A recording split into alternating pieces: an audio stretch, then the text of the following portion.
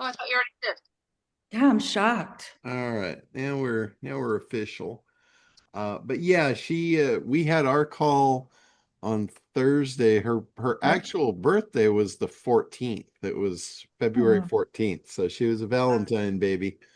wow. Um, but I had this feeling that she was not going to make it to that. So that's why I asked you guys all to sing so I could give that to her. And I did. She got it, and Oh, that put a man. smile on her face, but unfortunately she wound up passing away the next day. Oh, God, that's horrific. And I couldn't believe it. I mean, I had literally spent like 2 hours with her on Zoom just, a few days prior to that. And I know she was in pain, but I mean, she did not look like she was sick. She looked Wow. really good. So but I had this feeling that, yeah, I God. better do this sooner rather than later. That's heartbreaking. I'm sorry, because I'm sure you guys were buddies and co-workers forever. Yeah, she started with me, I think in 2010. Man. And you see a new face on here, Kimberly. Kimberly started with me in 2011, actually working Oh, with me. hi, So she's Kimberly. she's stepping in to fill those shoes, and they're pretty big shoes, but Big. I think she'll wear them well. Yeah. No, she was Welcome, around Connie. Kimberly. Hi, thank you. If she were, if Kimberly was around Connie, she'll pick it up definitely. Oh yeah, yeah. She's Well, I'm already. sorry for you guys. That's just heartrending, really Yeah, shocking. it's just weird. It's like, somebody's here one day and then not the Yeah, next. right? It's kind of a weird deal. But anyway, the things happen. I mean, we're all going to go sooner or later, so I know. I prefer later, thank you. yeah, that's what I'll take. I know I lost a bunch of my family like consecutively right in a row, No. and there's a harsh, cold reality to that because I'm the only one left, really, in my line. So the harsh, cold reality to that is I'm next. It's Well, just not going to be anytime soon. So yeah, let's no. we'll keep that for later. All right. So anybody got anything specifically you want me to cover? Um, and by the way, if any of you guys are local and you want to go to Connie's service, it's going to be next Saturday. Hmm. And if you are, just shoot me an email or whatever, and I'll send you the details. But Thank you. John, I have a question about the widget.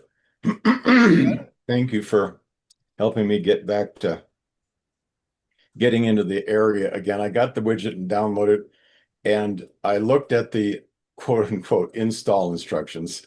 It's like, thank you very much, not. yeah, those install instructions, Chris wrote those up, and when I saw that, I'm like, oh my God, this takes me back like 30 years. I remember getting like files like that originally when I was just starting and, using programs I had no idea really how to use. And I saw that, I'm like, oh shit, people are gonna freak out when they see this. But it's Yeah, I'm sure it actually would. If you actually knew what those hieroglyphics meant, you might be able to actually make something happen. And the question is, I don't even know enough if, it says you're supposed to set this up on your page. Well, which page? I mean, I don't even know am I supposed to set up on a Kartra page or on a okay. WordPress page? And So so what I kind of figured is if I've got I got the white label version of that. And if given that that's there and that one works, I'm just going to make a basic clone of that copy and leave it alone.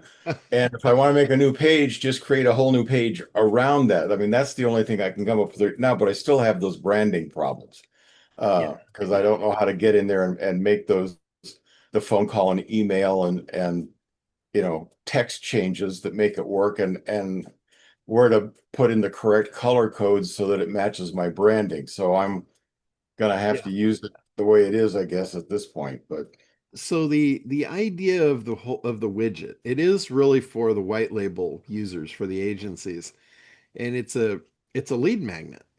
It's a way for you to show customers that they need your service. That's really at its core, that's what it is.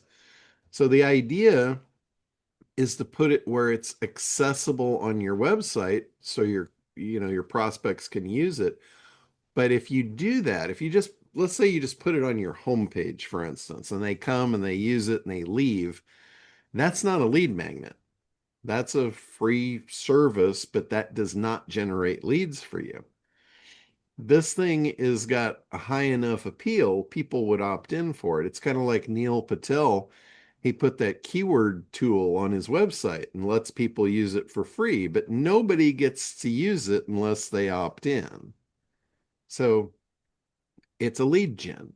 So the idea is to take it and put it back one page, not put it publicly visible on your website, put it on a hidden page that's a thank you page for opting in. So you put like some kind of a headline, like get a free report, find out if you're AI visible. You're either invisible or visible to the AI, and that's going to make a huge impact on your business over the coming year. Find out, click here to find out. When they click there, they get an opt-in box. They opt in. Now you've just generated a lead. And then after they click that to submit the lead, then they go to a thank you page. That's where you put the widget, because now you've turned them into a prospect. So that's the idea behind it. So Chris made the folder or the zip file for the widget so you could put it wherever you want. And you also get access to the core file. That's where you adjust all the settings. And that's just a text file. There's no real magic to that. You just open that file in a text editor and you can literally see the line where it says brand. And I put Internet Dominators for mine as my example. So you just edit that text file.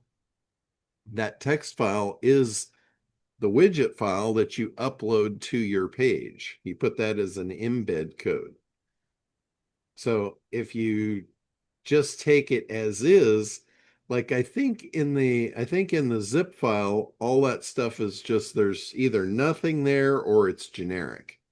It says like brand or whatever, so you know what to replace it with. But the idea is to replace it and not use it as is. It's a template. You have to edit it to your business. And you can also, I think there's a place in there where you can change the color. So if you had, a color scheme you wanted to follow, you can do all of that.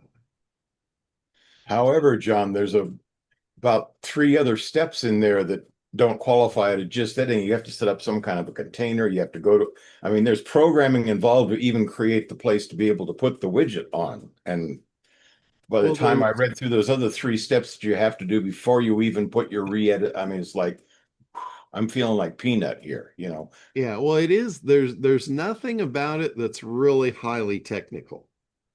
If you read the instructions and just follow step by step, like it'll say, upload this file to your website. That way that's there, it'll have a URL, and then that's the URL that you put into the text file. So it like I followed it verbatim. I acted as though I knew nothing, and I literally just followed the instructions, and it worked perfectly. So, and I know if I didn't have the experience that I have, I would have looked at it just like you and said, "What the fuck is all this stuff?" And so I get it. I was there 30 years ago. Well, the But question I have is what for the Kartra page, your basic Kartra account doesn't have access to any HTML editing. So there's no way I could go in there and do any of that in Kartra. So okay, I've got the working Kartra. yeah, that I wasn't aware of. I wasn't aware that you had to be on the pro level Kartra account to be able to edit HTML. So I need to let people know, if you just have the basic Kartra account, that's not going to work. So that would be, and I don't really know that there is a way around that in Kartra, because they just don't give you access to edit the HTML. So the workaround, and I think I put this up in the support ticket for you. The workaround is just to create a page in WordPress or whatever you're on. You could be on Go High Level or whatever. Just create a standard blank page that's got your header and your footer, so it looks like your website, and then just embed the widget code on that page. Now you've got a hidden page, just like the hidden page in Kartra. That's your thank you page.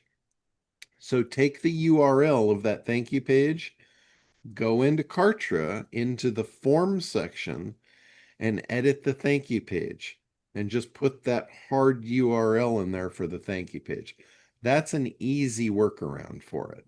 And then how do I get it back? Because from the thank you page, I don't call I you call it a thank you page. It's really the URL capture page. So I've renamed it because I know that there's an intro page. There's the landing page where you actually do the lead capture, and then the URL capture page, and then you go to a thank you page, which is where I want to do the okay, well, if you like the report, how about getting, the full service and that sort of thing. So I'm looking at if I create a WordPress page, I'm going to be on the first page in Kartra. The second page is going to take them over to WordPress, and then the WordPress has got to take them back to Kartra because eventually it takes them to a point where they're going to have to book a call, and I want all that stuff done within Kartra. Do I have that right?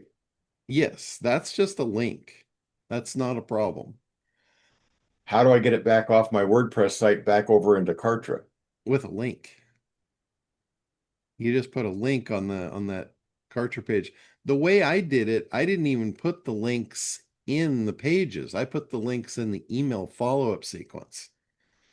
So I'm always linking in the follow-up sequence in the emails, like when I'm saying, I'm sure you checked your report. I'm sure you found out you're not visible. I'm sure you understand by now this is a problem, right? So if you'd like us to solve this for you, here's the link, and that sends them to another page where they can purchase the service. I think the emails should be a backup, but I mean, there's a reason why the social media pages don't want you leaving their platform. I think that would add an extra step, which is adding extra friction, which is an extra fallout. I want them to be able to just go smoothly through the thing one step at a time, not leave the funnel, whatever that funnel is. But if I do the lead capture URL when they says lead capture, I'm sure somewhere in there it says where to send it to. Is that where I send it back to Kartra? Is there a place to put a link to it sends it back to Kartra? Well, here's the problem, Richard, is you're complicating the shit out of everything, like you always do. Not if the widget worked in Kartra without your branding on it, John. I'd do it. I'd even leave the purple in there, even though it's not my color, just so long as I can get your powered by internet dominator off it. That's the only thing I want off. I get it, but you're going well beyond that with all this other stuff.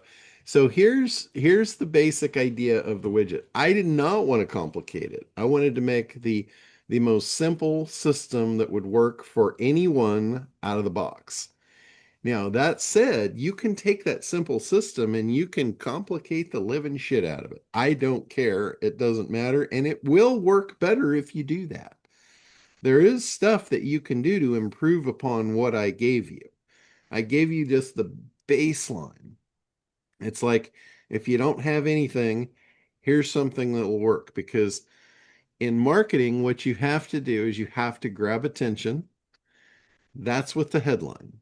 You have to create a lead. That's with the opt-in. You have to deliver the result and then lead them down a path to create demand and desire and make a sale. So that's basically what it does with a basic follow-up sequence, because I know, and I'm sure you do too, most people don't just land on a page and buy something. They have to be followed up with. And I'm not saying that it's a bad idea to keep them on that page, or try to at least, and make a sale. I just didn't put that in. But you're welcome to, and that's a simple thing. of just taking the thank you page. So think of this. You have a landing page where they opt in. That's page number 1. Page number 2 is the thank you page where they go to after they've opted in. All I put on the thank you page was just the widget. It'd be super easy for you to take that thank you page and after the widget, just below the widget, say if you'd like to make a purchase, here's a link. If you have questions and you would like to schedule an appointment, here's a link. And then in Kartra, you create your schedule, your calendar schedule, or if you have Calendly or whatever you have for a scheduler, you get that link and just put it on that thank you page. That's a really simple operation. And I think it's a good thing to do. I just didn't do it because I didn't want to overcomplicate that basic system. I thought you did do it because you created a page that is a sales page. You create a sales page in there, which I went in there and edited and turned into my sales page. I thought it went from the URL capture page, and as soon as they did that, then it took them to the next page. Do I have that wrong? I mean, the page is in there. I'm only using your funnel pages that you already created. Could I request maybe because those are only available? Those are only available to the white people. Could you go back and just take out the Powered by Internet Dominators off the widget and re-upload the page in the sections? Because if that didn't say Internet Dominator on it, I'm only using your page funnels. I'm not complicating this at all. I'm doing the one thing I should have done back when I first started, which is follow the instructions. So you keep coming back to that. I've already solved that problem for you. You keep but that creates well, you just said I'm creating the shit out of it by having to create the WordPress page and then come back to the Kartra to complete the rest of the funnel. Isn't that my mess? Maybe I'm too stupid to understand what you're saying, but I'm just trying to replace the widget page with one that doesn't have your branding on it. That's all I want to do. So here's the solution. I'm going to say it again. You create a separate page that you can edit. The problem is you just can't edit that HTML in that Kartra page. That's the problem.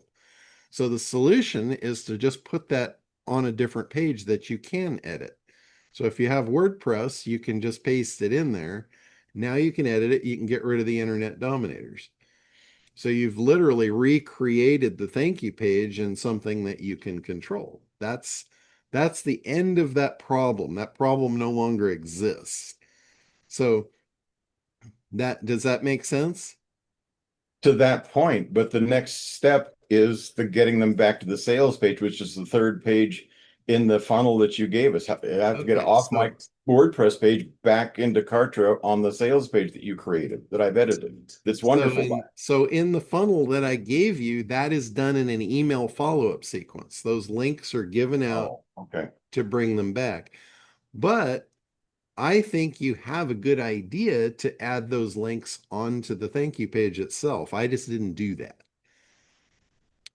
But without anything, the thing that I handed over works perfectly as it is, with the exception of you just couldn't edit that HTML file. Oh, I see what you're saying. You're saying that last landing sales page is not part of that initial funnel. It's going to be a link in the follow-up email. Yes, it's in the follow-up sequence. Now, that said, you could put a link to it on your thank you page, and I actually think that's a good idea. But that's where, that was where I was referring to you're complicating the shit out of it. It already works. But I like the idea that you want to complicate the shit out of it to improve upon it. I didn't understand that the email, because if you look at your funnel when you upload it to Kartra, it says the email sequence is a box there, but it says that's been deleted. So I'm figuring I'm going to go back in there and create all that stuff. Maybe I just don't know enough about Kartra, which is really, really true. But if did the emails come over and are they set up in there and I just have to go turn them on or something? They're already in there. You do need to go and edit them and, replace whatever. You might need to change links out to your links or whatever. But yeah, it's like I would rather see you use the basic system and just get it working before you start complicating it. Because if you can stay, this is a big problem for a lot of people. You can stay in that complication mode forever and never make a sale. And I want remember back the MVP, minimum viable product. So That's what I tried to hand over as a MVP funnel. It's a minimum viable product. It works as is. And again, with the exception of you had that problem where you couldn't edit that one file. So we've Okay, solved I see that. where the miscommunication was now, John. When it said that the emails were deleted, I figured that's going to be a whole nother step. So you said edit the pages. So I edited all the pages. Yeah. In the And funnel that that's I when I ran into that. And so all that works, but I didn't go in and look at the emails and realize that the funnel wasn't described, that you're only supposed to go there and then the emails get them to I didn't know that that was a step in there. So yeah, I'm got clear on that, by the way. So the Kartra funnel comes with all the components. It comes with the follow-up sequence, it comes with the trigger that fires that. I believe I set the trigger to be when they opt in. When they opt in, that form triggers that follow-up sequence. And I think the follow-up sequence goes for 7 or 8 emails.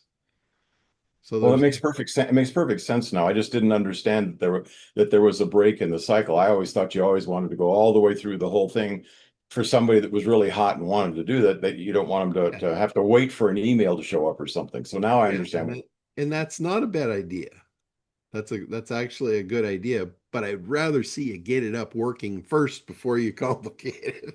Oh, I'm absolutely trying to follow that thing, but with that little missing piece of information, that clarifies everything. I got it. By the way, can I offer talk about a beta tester? Is that one thing that I've hated about Go High Level, and I actually hate about Kartra too, is that Kartra and all of the SaaS programs, it's not unique to any one of them. They don't understand that they're in the education business, and you can't go on any one of their support calls or submit a ticket and say, I want to build a funnel and I want it to do this, and this. And I want you to tell me how I need to do that. They won't answer that question for you. They will tell you how to tighten the lug nuts on a tire, but they won't tell you how to connect that tire to anything else. So, you know what I did? I went to AI, spent about 3 hours, and I said, look it, go over, here's the access to the Kartra knowledge base. Go in there and index the entire Kartra knowledge base for me, because I know you can't memorize the whole thing. And what I want you to do is I want to be able to say, here's the problem I have, and you go in there, you search it, and you confirm with me that what it is I said, what the necessary components are, and then I want you to give me the step by step to how to actually execute on that component. And it says, okay, but with the list you gave me, there's one extra component you don't need in there, but here's another one that you do need in there. And would you like me to have you give you the instructions for how to test it once you go by the step by step? And I go, yeah. So now I have a bot. It's my Kartra Builder Assistant, and you can go into Kartra and say, I want to set up an email sequence, and it will tell you literally, okay, you have to set this up before you can do this, before you can do this, before you can do this, before you do that. Is that what you want? I go, yeah. It'll give you the step by step all the way through, so you don't screw it up. It'll show you how to test it, and it will also answer questions that you didn't know that you're supposed to ask. So if anybody is wrestling with Kartra, send me an email, and I'll put my email in the thing here, and I'll let you access it, because I'd like to, I'd like to debug that thing and maybe even turn it, because that's the one thing that any newbie in Kartra need to say, how do I set up an email sequence? And it will actually give them the whole damn thing, which you can't get from the Kartra support or anybody else that I've ever found. So, Yeah. and now it answers all my questions, and I mean it saved me days of editing and all that stuff. Because I say, how do I do that? And it says, here's how to test it. Yeah, no, that's a really a good idea to do that. Kartra has really good training piece by piece. Like you said, if you want to know how to tighten the lug nuts, it's got all those little detailed training widgets in there. And it's really good. That's where I went in to learn how to do everything. But that just gives you that one piece. What a lot of people are lacking is the bigger vision of, okay, what do I do with all these parts? That's the marketing campaign. And that's why whenever I build a marketing campaign, I usually put it into a template for anybody that wants to do it, where they don't have to go through that process that I did. I can do the process very fluidly for two reasons, because I see the big picture of the overall campaign of what I want. And now after all these years, I know where all the pieces lie. So I can just go and pluck them and hook them together and do that very fluidly. And I would really recommend anybody that is running a business where you're doing digital assets, you really need a back end system like Kartra. Now, I don't care if you use Kartra or not, but you need to use something. If you don't use an integrated system, you're going to be doing what I did before I was using Kartra, is you buy piece after piece after piece and you duct tape it all together and you wind up with a big mess. And then at some point, one of those pieces will stop working and then the whole apple cart falls apart. And it's not a fun thing to be relying on 10 different things to run your business. When you can lean on one system and then, they might change something, but it doesn't break everything down the line. Or at least you hope it doesn't. No guarantees. But that's what you want to do. You want to get familiar with the systems that you're using. Like for instance, if you're selling stuff online, you're going to need a shopping cart. If you don't get familiar with the shopping cart, I guarantee you at some point somebody is going to want a refund. Somebody is going to want to extend their payment. Somebody's going to want to change their credit card number. And they're not going to want to go in and try and figure it out. So they contact your support and they want you to help them with it. If you're not familiar with your own system, that's going to be very difficult. So either you do that and you get familiar with it so you can support what you're selling, or you get a team member. Like that's what Connie had done for me for years. I trained her on the systems and she knew how to go in there and do, just about everything that I knew how to do. She might not have had like the big picture stuff of how to build out the whole funnel and all that, but she could carry it out. If I give her a blueprint, she could go tie the pieces together. And now, and that's one of the reasons why in the ACT training, you'll notice under the resources tab, there's a Kartra training link in there. I actually did the training for Kartra that they didn't do.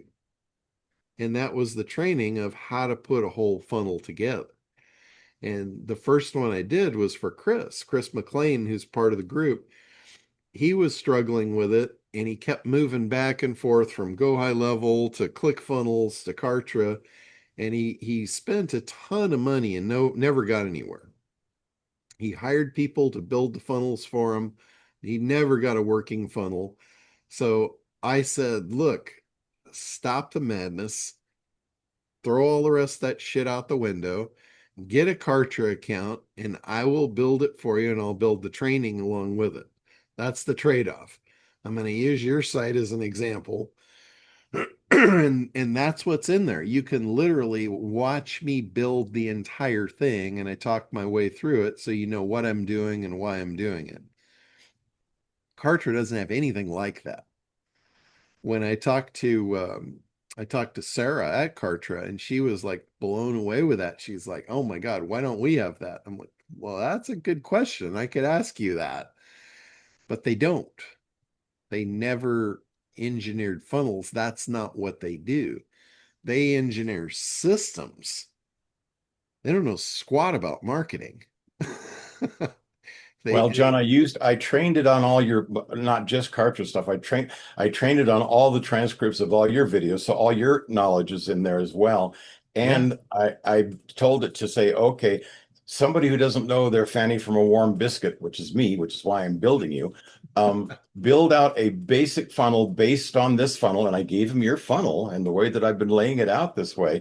And I said, use that as a basic model. And then somebody can say, and give them don't give them a step-by-step on how to do that because it's way too much. Just say, this is all the components and this is what you'll need for a funnel. Will this work for you? And that way they can go in, edit that, make it changes, and then upload, this is how I want my funnel to be different or the same. And it'll confirm that that's what you want.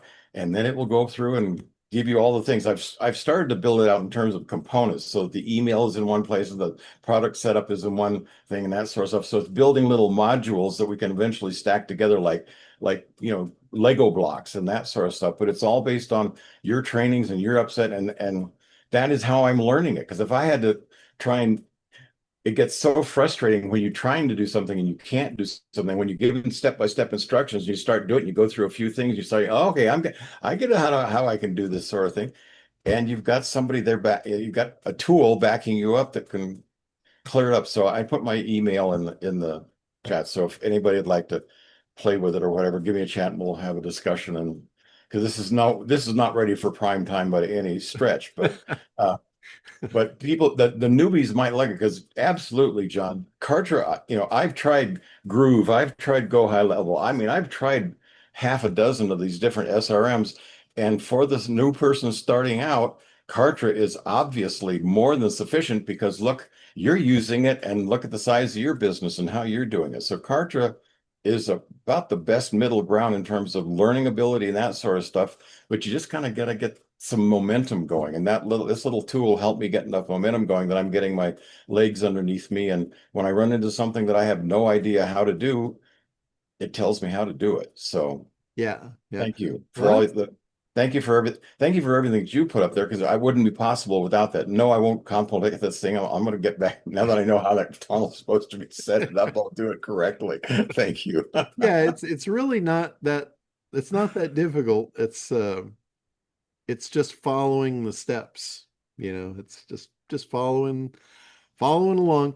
And then once you get the MVP, once you get something that works on a basic level, by all means expand upon it. By all means make it better. It's like, the hardest part is to get the sword. Once you have the sword, you should sharpen it. It'll work better if you sharpen it, but you got to get the sword first. That's the hardest part.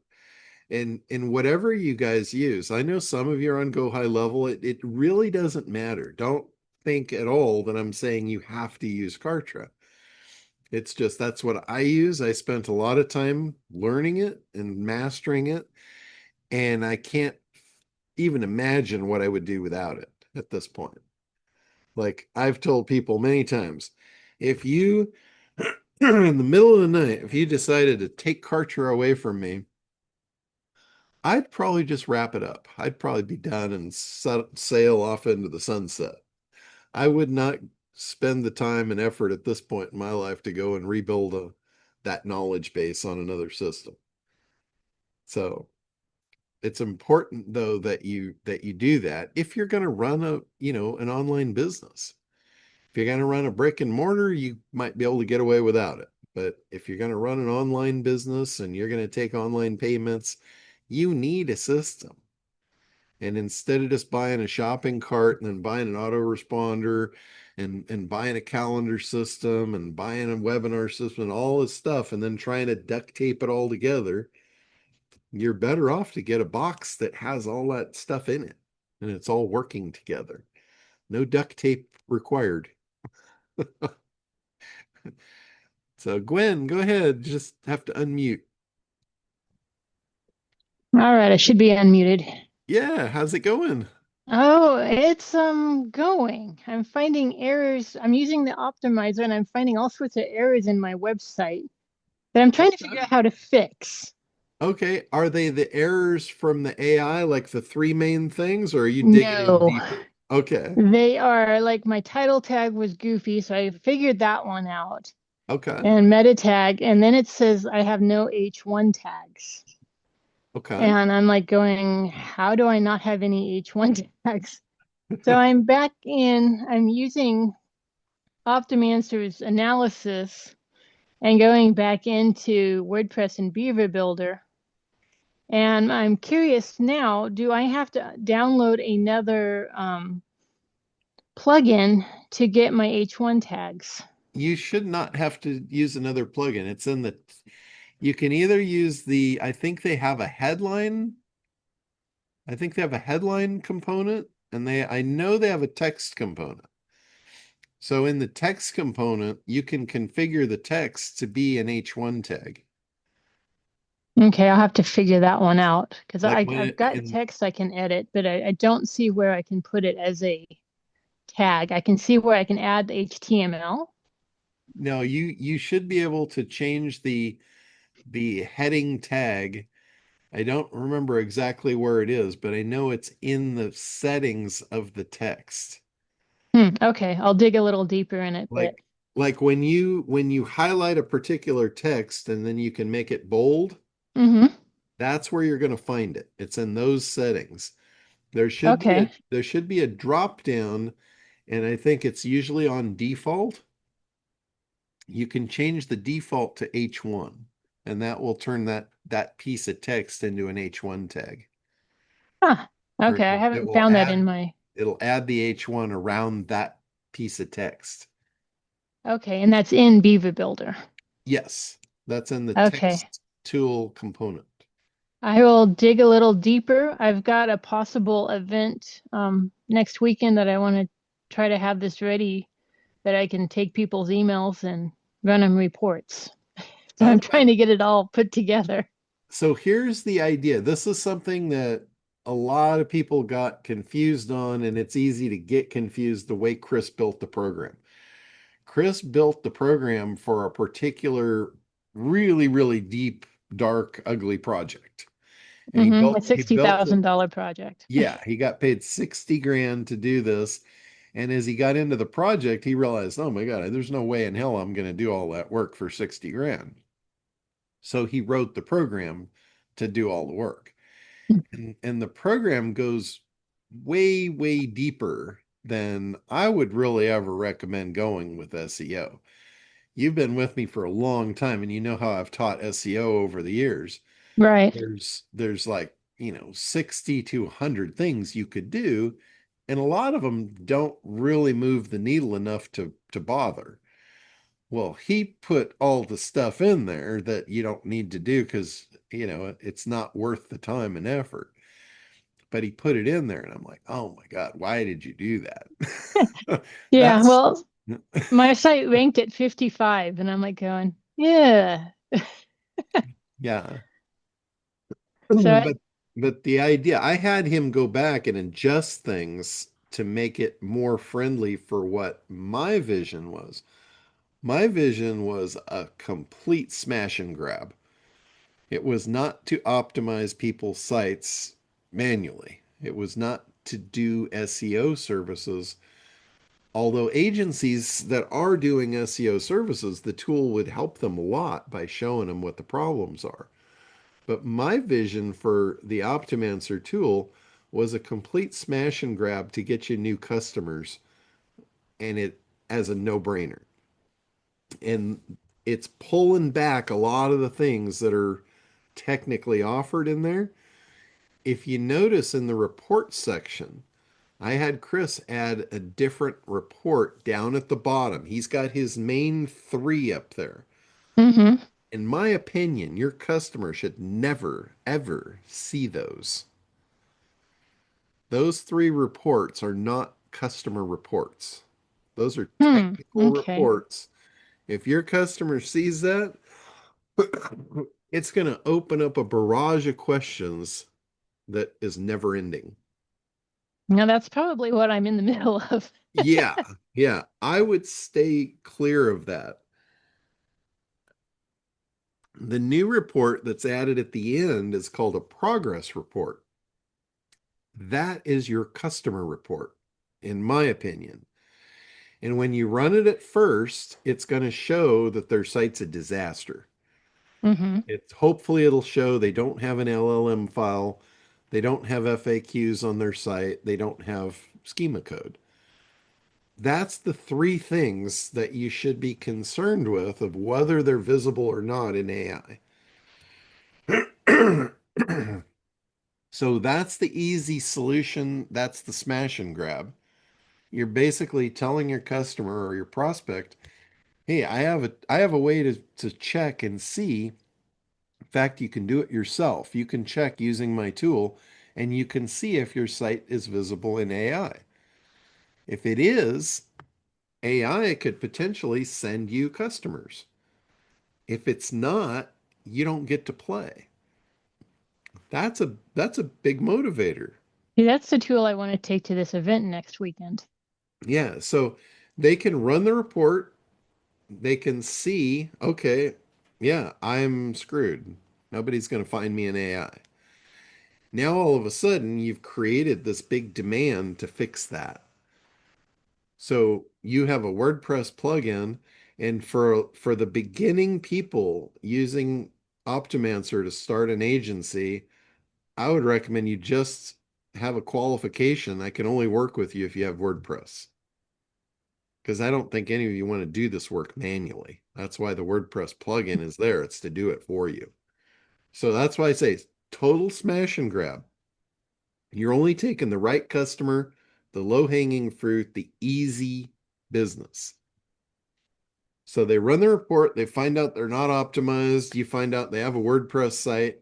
You say, I can plug in my WordPress plugin into your site and I can fix your problem.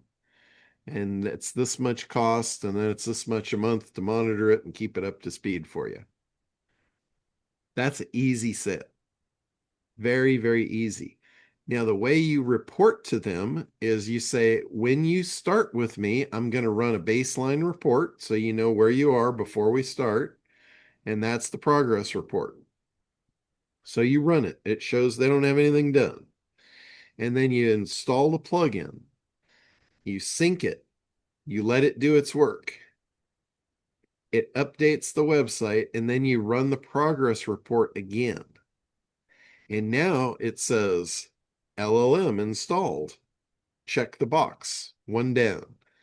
It'll say FAQ installed on these pages, and it will show them each page, and it'll show them the FAQ that you installed. Next, it'll be the schema. It'll show all the pages. It'll show all the schema that you installed. And for a small site, that report can be 100, 200 pages long, showing all the work that you did. Shows them each schema code that was written and installed, shows them each FAQ file that was written and installed. And it could be, like I said, over 100 pages of work. Mm-hmm. So you know better than anyone how hard it was to justify SEO work. Yeah. So this justifies the work right there in the report. One click and you proved what you did. Okay. Well, I'm gonna add my FAQs because I'm working on that now. And then I will go back and see if I can find that progress report and just run that. Yeah, just run the progress report. Run it first before you do anything. Okay. And then after you update and sync it and do all the work, then you run it again, and that shows you what you did. Now, I had Chris do something very sneaky, very diabolical As always. in the back end of that software. You are in total control of checking off the pending projects manually if you want to. Hmm. So, like, let's say they have a 100-page website and you're going to charge them, some absorbent amount of money to set this up. You don't want it to look like you did it and it took you 5 minutes, right? Mm-hmm. So what you can do is you can run them the baseline report. You can say, here's where we're starting. The end of the month, I'm going to send you an updated report showing you what we've done, the progress. So even though Optimancer is going to do it all at once, you can go in there and you can check the boxes that you only did like 30 or 40% of the work. And that's going to show on the progress report of what's been completed and then what's left to do. So you can make it look like this is taking you weeks, months, whatever. Oh my goodness. So it's showing value, but it's showing value over time. And that is true value. If they knew that, hey, you're going to spend 5 minutes and this is all the work that's in it for you, and you're trying to justify, thousands of dollars to do it, they're going to scratch their head and say, whoa, why did I pay you that much? Mm-hmm. But if they see the report and they see all this work and it's like, okay, it's a third done. All right, keep going. This is awesome. But won't they see it being that it's already done on the site, like the No one, FAQs and all that? I guarantee you, your customer is not going to go and look at their pages and try and figure out if their schema code's done. Mm-hmm. Guarantee. Okay. And Interesting. as far as the FAQs, you can literally go into the widget software or the plugin software in WordPress, and you can turn them on and off on individual pages. So you can Really? literally just turn on a third of the pages and a third of the FAQs show up. Interesting. I'm gonna have to play with that and figure this out before I do anything Yeah. that diabolical. Yeah, no, I'm going to do a training on this for the agency owners to really show them how to run that business. Because Okay. you have to create that sense of value when people are paying you so they continue to pay you and they trust you. Right. Right. So it's funny you're building trust with in an untrustworthy way. Yeah, that's odd. That kind of goes against me. I'm like, That that's where the diabolical comes in. Okay. Well, I will keep plugging away at this and I'll But go the back way and run your progress report. I'll look for that one because I got stuck in all the SEO stuff. I'm like, well, I should have this. I did some of this. yeah, yeah. Most But of it's not there. the way you can justify this is like, if you struggle with the fact that you're going to charge them more than you believe it's worth, all you're doing is you're working smarter. That doesn't devalue the value of the work that you're doing. Like if you can get a machine to do the same amount of work and you're not having to do it, that doesn't make it worth less. Hmm. Okay. That's a So, good way to look at it. yeah, I mean, I look at it as like my ideal life is to figure out how to do as little as possible and get as much done of value that pays me. That's why I still follow you. Yeah, I mean, you've been with me for what, 20 years? Almost. We're Yeah. celebrating our 20th year of business this year, and we jumped on with you in 2019 Yeah, or and that oh 09, oh 09. yeah, and that has always been my core value is how do you get the most with the least amount of effort? Mm-hmm. So, Um, I just want to add to what you're saying, from a different standpoint, or from my standpoint of I had to actually pay a coach that helped me to really understand what John is teaching about value. Because let's say, for instance, if you had a toothache and it's killing you. It is literally killing you. And all it takes is the dentist to go boop and he extracts it or whatever. Then and they charge you $500. And and it only took them like 2 minutes, but that pain is gone. They have to have a certain skill or whatever to do it. So it doesn't matter because that's what she had to teach me is that because I've been doing stuff for so long and technology comes easy to me.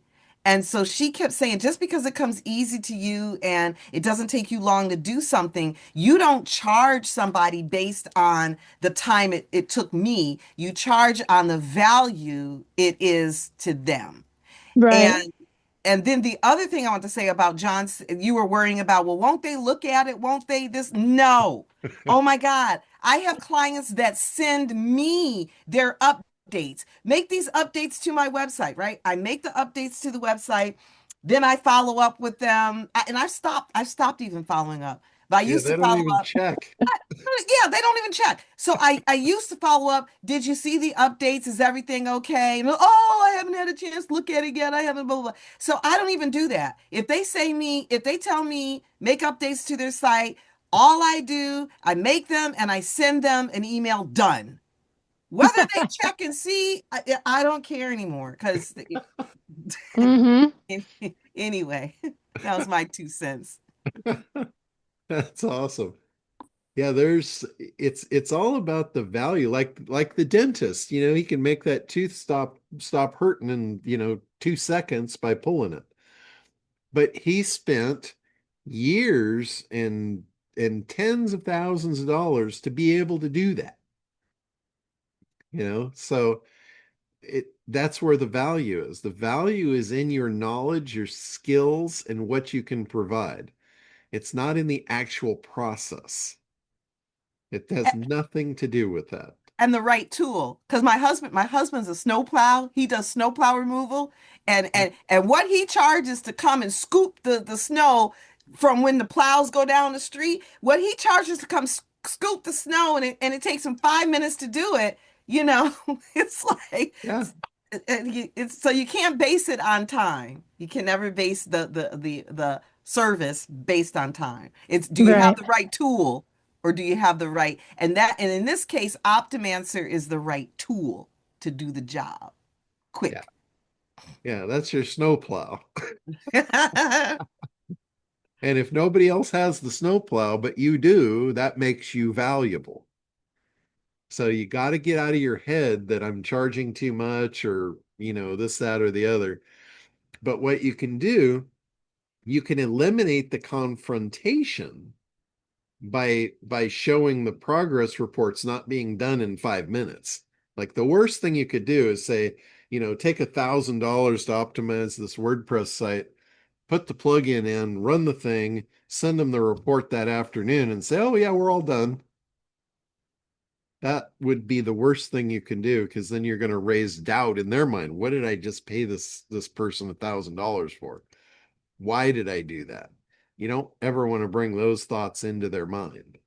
So that's all I'm saying is you can sidestep that process and put a lot of perceived value for what you just did. So that's just self-preservation. Okay, I get it. And by the way, I paid a lot of money. I paid a lot of money for her to tell me that. Yeah, like when I go into a business, like let's say a business hires me to come in and evaluate their marketing or, help them sharpen their sword. I go in there at $1,000 an hour. They literally pay me $1,000 an hour. And within a couple of hours, I could literally walk in there and I could solve their problem in 5 minutes. Because I can guarantee you, I'm always going to find the problem in one of three buckets. It's either, and guess what the three buckets are? ACT. It's either they didn't figure out their market, they didn't do that analysis process, and they don't understand the market. That's bucket number one. A lot of times the problem's right there. If they did that, then it's probably in bucket number two, which is they didn't create effective messaging to convey the value to that market. That's bucket number two. Sometimes I'll find the problem there. And if those two are perfectly in sync, guaranteed the problem's going to be in bucket number three. They just haven't taken that message and put it in front of the right people.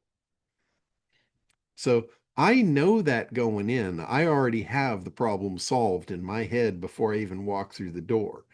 But I'm going to charge them $1,000 an hour. Now, if I sat at their conference table and just threw that out in the first 5 minutes and walked out the door, they'd be scratching their head like, why'd we just give him $1,000 for an hour? So I will consult with them for an hour. I will draw information out of them for an hour. And now I got $1,000 worth of value. And then I'll sketch out the solution and I'll spend another hour, or maybe 2 hours. So I'm racking up like $3,000 for something I could have just walked in. I don't really even need to listen to anything they've got to say. I can just tell them what their problem is. But I don't want to do that. I want to create the value and not be confronted with you weren't worth it. Plus, the listening makes them feel valued. Yeah, exactly. So I don't shortcut the process. I want them to feel good about what they just did. And that equates to putting more money in my pocket. So I like that too. But you have to just kind of rethink things. It's if you're thinking the other way, you're not valuing yourself. Like how long did you spend to be able to do that? It took me a lifetime to get to that point where I can walk in there and tell them what their problem is. So they need to pay for that. They need to pay back that education I went through. That's where you can justify your value. Like a lawyer. Yeah, a lawyer spent a lot of money to get that privilege of bending you over. Basically.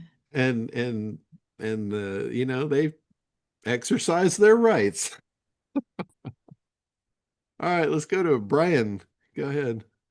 Hey, John. Hey, everybody. Quick Optimaster question. Okay. Although I completely agree with knocking down the low-hanging fruit of the WordPress sites, I've got a few sales meetings with people who don't have WordPress sites.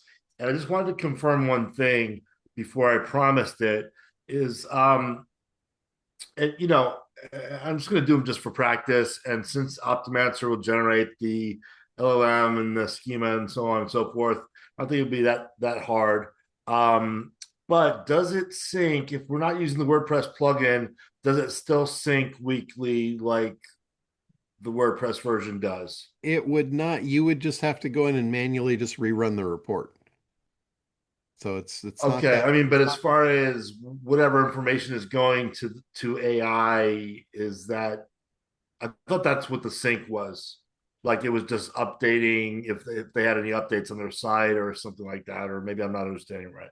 No, that's correct. The sync basically once a week it just resyncs and relooks at everything. Right. If there's changes on the site, it'll basically update your control panel so you can see that.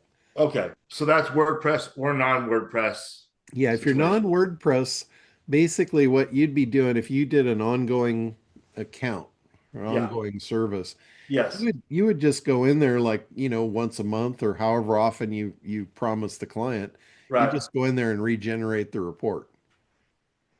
And then, you could look at it and say, oh, well, you had, 5 new pages, so we generated 5 new schema codes and plugged them in for you.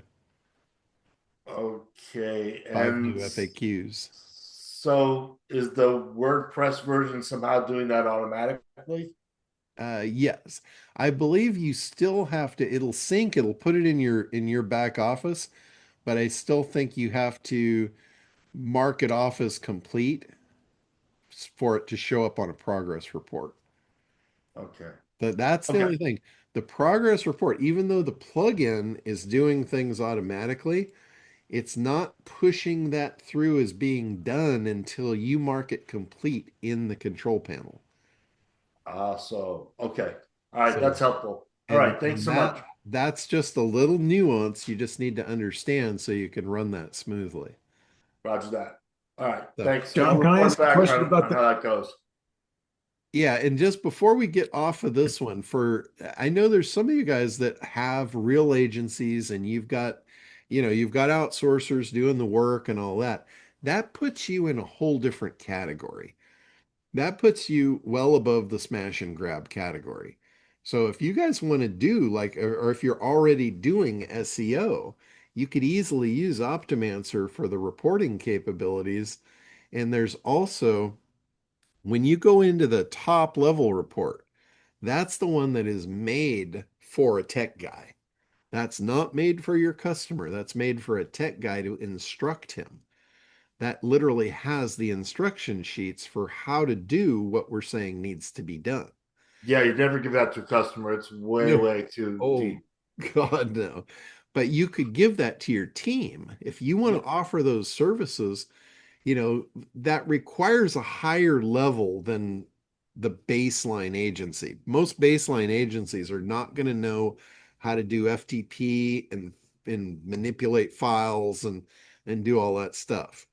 Like like that Richard ran into that just with the widget plugin. You have to FTP the file to the server. You have to do and it's basic things. It's just not things that the normal person is used to. Yeah, So we it haven't. Most of us looks haven't done that in a while.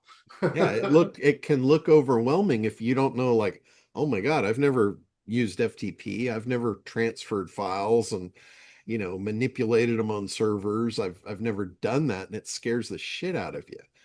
Yeah. Because it's just like you're going down a dark hole with voodoo surrounding you. It's really not that bad. It's just text, So Yeah. it's nothing to And be as afraid far of. as the Optimancer goes, I'm definitely I still run an agency, a smaller one than I used to, but I'm definitely um charging double at least for the sites that I have to do the work manually that I can't use the WordPress Oh yeah. plugin for. Yeah. And that's double for the setup and double for the monthly maintenance as well. Yeah. So Absolutely. I think The it'll other be worth it. thing, the other thing that you can do is the Optimancer will run that baseline report, where it generates all the stuff. It'll generate the FAQ, it'll generate the FAQs and the schema and the LLM file. So those are the three components really to get somebody visible on AI. You can run that on a non-WordPress site and then just give them the file and charge them for, I'm going to give you the set of instructions to give to your webmaster. He doesn't have to do anything. He doesn't have to create anything. All he's got to do is go into your site and paste these in the appropriate places. And if you have a webmaster, he should know how to paste schema code in. That shouldn't be an issue. He should know how to FTP an LLM file into your base directory, your root directory. That should be common standard language for him. And he should be able to know how to insert an embed file to show your FAQs on all of your pages. This is all basic stuff for any webmaster that, has half his salt. That should be a no-brainer. And you can say, I'm going to run the report, I'm going to generate all this stuff for you, and you'll be able to give this to your webmaster, and you can just charge them a one-time fee for it. So that is the way to do a smash and grab on a non-WordPress site where you don't get involved. You're just generating the packet, giving it to them, and say, give this to your webmaster, and away you go. Yeah, it's gonna be my downsell actually. Yeah, and if they don't have a webmaster and you don't want to deal with it, just tell them, go on to Fiverr. There's a million guys on Fiverr that'll do this work for pennies. And you still get the big bucks for generating all the bulk of the work. And then you let them pay pennies to have it installed for them. And you're out of it. It's not in your hair. It's a, that's what I'm calling a smash and grab, is easy, fast business. It's a way to generate revenue quickly without any pain. You don't have to have the tooth pulled. So that's what, when you hear me talk about a smash and grab, that's what I'm talking about. I'm talking about easy sale, easy delivery, easy in and out, and then recurring income too. You don't get the recurring income on the non-WordPress smash and grab though. That's just a one-shot deal, but you can get a good chunk of money. I mean, if you sold that work to them for $500 or $1,000, it's literally taking you minutes to do that. And then you're on to the next one. That's a smash and grab. And you've got a client now. You could sell them all kinds of other stuff, whatever else, whatever other things you're doing, you've gained their trust now. I'm Let's still gonna charge them monthly on those though. yeah. Not just the report version, but if the done for you version, I'm gonna charge them. Yeah. Yeah. Any time where you can turn it into a recurring revenue, that is awesome. All right, Ed, go ahead. Hi, John. Yeah. Um, I haven't I haven't looked at the funnel yet. I just want to ask you a question. Just not really concerned with funnel, but is there any times where you would just put the widget on a page where you weren't collecting an opt-in? You know what I mean? You could do By that. itself. You Hmm. could absolutely do that, but it's not going to be near as effective if you do that. Because what will Uh-huh. happen is somebody will come on, they'll run the report, They'll find out they're not optimized and they're gone, and you don't have any way to connect with them. Yes, right, because it doesn't, it never captures the email, isn't that right? Yeah, that's correct. You can never see who's That's actually correct. ran. Yeah. Now, you could do other things. You could put a retargeting pixel on that page, and then you could retarget them with banner ads as they follow, you follow them around the internet, trying to bring them back. Hmm. But I would much Been prefer another step. actually acquire their email. There's another way Yeah. that you could do that too. I don't know if you're familiar with our Acquisition Air product, but our Uh, Acquisition Air product is a lead gen system. It's a lead capture system. And there's a part of it where you can put a retargeting type of pixel on any page, and then any visitor that goes to that page, we're actually taking their marketing ID and we're cross-referencing it with a big data source to see if they're in the data source. And if they are, then we can hand you their email, their phone number, their physical address, and other demographic data about that person. And it's fairly inexpensive to get those leads. I think it's like 25 cents for the lead data. yeah. So that's a Yeah, because that's a I've just possibility. I've just got WordPress at the minute. It's been a long time since I set up a funnel system. I know, like, I don't know, I'm gonna have to do it, but it was just raring to go out the box. You know what I mean? But Yeah. Yeah. sort of, what sort of prices does Charter let you capture leads, or do you need to plug something into it? No, Kartra has a lead capture system. They have forms which you capture the leads in.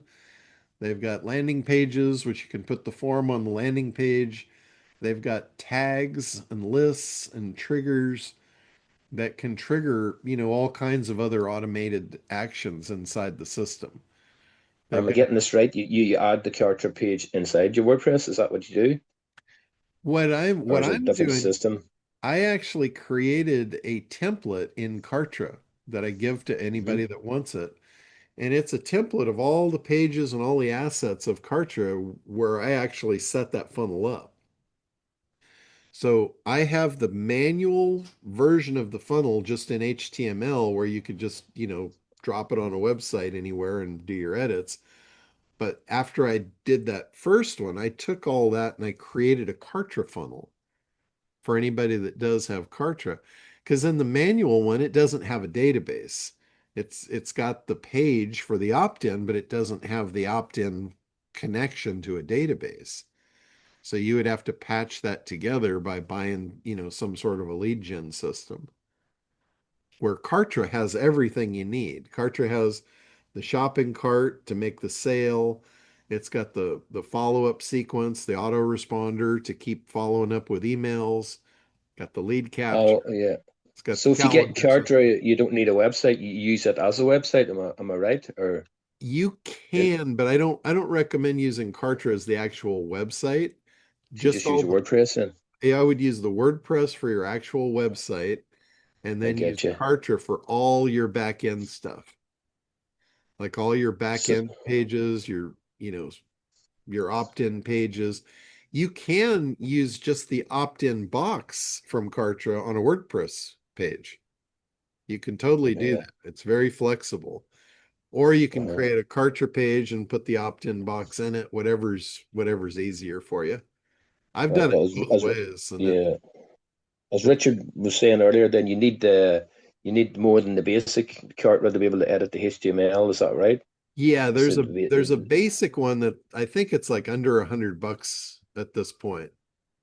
That's per month, and it has a lot of the functionality. There's just a few things that they've pulled back out of it It's to get. 109, it's 119, it's $119 a month for the basic one now. And if you want the pro, it's $110 more. It's $229. Okay, so that's their current pricing. So, and that's per month. And I mean, for some people, that might seem like a lot of money. Like you go, wow, $220 a month. But if you look at this from a realistic perspective, where in the world could you run a business on $220 worth of overhead? I mean, 220 bucks a month, it's got all the systems to run an entire business in one package. That's pretty cheap overhead, realistically. It's a lot of money if you don't do anything with it. Then it's way too much money. But if you're actually going to run a business and you're going to generate leads and you're going to nurture those leads and turn them into customers, I can't imagine doing it without a system like that. So it's that matter of, if you're going to use it and you're going to get the value out of it, it's very valuable. If you're not, if you're just going to buy it and not do anything with it, then it's very expensive. So, but guaranteed, if you're going to try and run an online business without something like Kartra, it's going to be a pain in the butt. It's going to wind up being a lot more expensive. Like when I look at my cost of my business, my overhead, when I moved to Kartra, I started eliminating costs. Like I was spending X amount a month for an autoresponder. Oh, I can get rid of that. And then I was spending for video hosting. I was spending over $100 a month for video hosting to host my videos, without putting them on YouTube and having ads pop up over them. And Kartra does the video hosting. So there I eliminated another $100 a month. And then the calendar system, I was paying for a calendar system. That was, I think, $40 a month. So I eliminated that. And by the time I got done, I was actually saving money. With all those systems in one box, all put together seamlessly, it was like, man, why didn't I do this before? Yeah, well, it's good if you're running a business, you have plenty of work coming in, plenty of clients. Yeah, it's a no-brainer, like, because you're saving what a bricks and mortar would do. Like, but I'm only getting going, and I used to use what we call it Aweber. So for now, I could just stick an Aweber form, get going, and then when I get some work coming in, Carter Absolutely. seems like a good deal. Switch it all over. Yeah, Seamless enough then. you can absolutely do that. Anything that works, but it's key Get that going. you collect those email addresses and you auto respond to them. Definitely. You have to set up a system. Don't just like do a one response. Don't do like a, opt in, oh, thank you, here's the link to your report. You have to follow up with them. If you want to make sales, it's going to take you, 7 to 10 emails before you start averaging getting sales. Not to say you might not have the hot one that buys it right off the thank you page. That's if you do enough, you'll come across that. But the general norm is they have to be followed up with, 6, 8, 10 times. Gotcha. Cheers. Thanks. Thank you. Yeah, absolutely. All right. Manny, go ahead. Hi, John. Thank you. I just trying to figure out what I know you've been talking about Optimancer, and I'm looking at the site here, but I got some questions I wrote down here. Would this help propagate in the Google Maps? It doesn't have anything specifically to do with Google Maps, Okay. but Google Maps depend a lot on the website. So if any optimization that you do to the website is indirectly going to help your Google Maps listings. Okay. What's this? I'm sure you're familiar with Neil Patel's. What's this compared to Uber Suggests that he has? So Uber Suggests is a different type of program.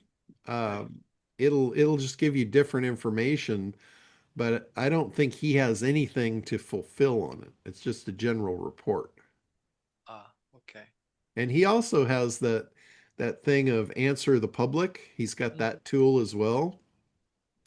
And his answer the public tool is kind of what inspired our FAQ functionality.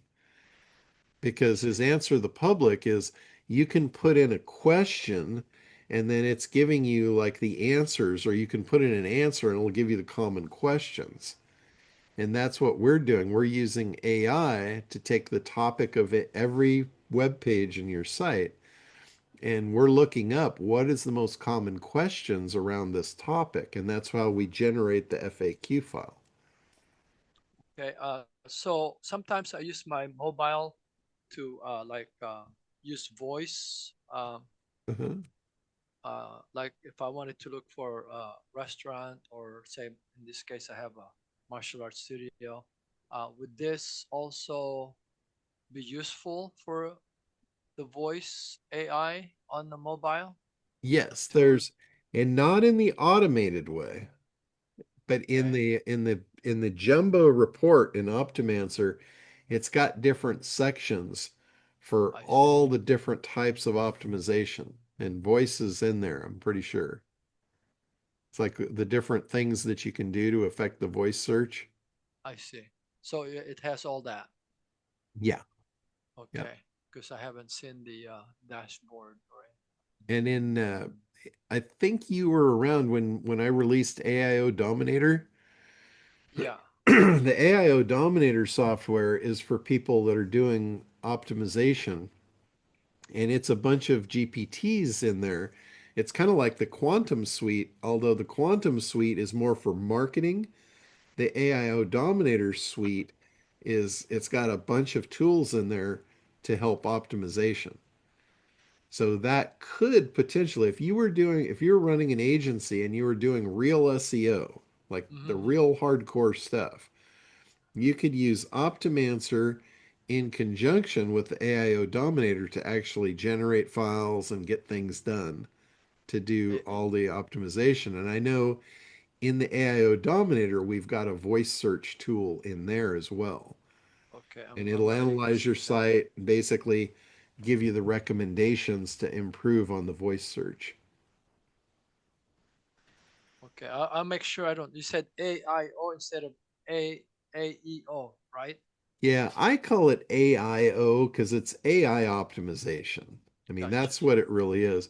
You've got a bunch of marketers that are calling it AEO, and what AEO is answer engine optimization. They're referring to AI as an answer engine, Mm-hmm. but I don't think the general public is going to associate with answer engine. Okay. They're all so tuned in to AI. It's kind of like everybody got used to .com, and then people started using other ones like .net, .org, Mm-hmm. and these different extensions. But what happened was whenever somebody typed in an address to go to it, they would always put in the .com. So you would lose that customer to the person that owned the .com. People are just kind of ingrained in certain things, and it's hard to break that. So the idea of getting the public to associate with an answer engine when they're used to AI has been jammed down their throat, just like .com was. It's kind of hard to break that. But you've got marketers that like to put their own emblems on stuff. Gotcha. And that's where SEO came from, but SEO made sense, search engine optimization. Mm-hmm. That made sense, but somebody put a name on that. When I started doing SEO, we didn't know what to call it. There wasn't there was no acronym, there was no name for it.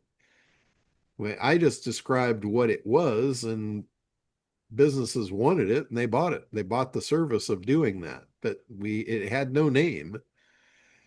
The way I originally described it was I said this website thing you have is an electronic brochure. For a brochure to work, you need to pull it out of the box and put it in the hands of the right people. I can do that online. I can put your website in the hands of the right people that are looking for you. That was a very valuable concept, but I didn't know what to call it. So I just described it that way, and they said, "Yeah, I want that. How much does it cost?" It didn't even matter how much it cost. It was that high a value. And then along came the internet marketing world, and they put the brand of SEO on it. And then SEO took off like wildfire. I just don't know that AEO is going to take off like wildfire. I think John, I did the research and I found out because I was looking for the AIO stuff based on that because I'm in your camp with that. Problem is that AIO is all in one.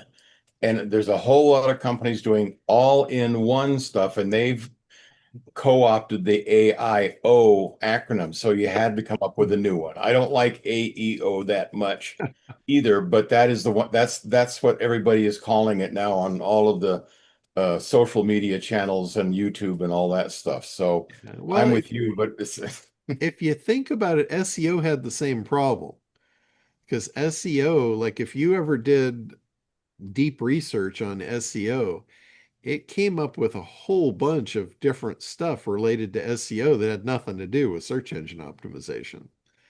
So SEO kind of had the same thing. So I don't know that I would completely throw it out the window because of that.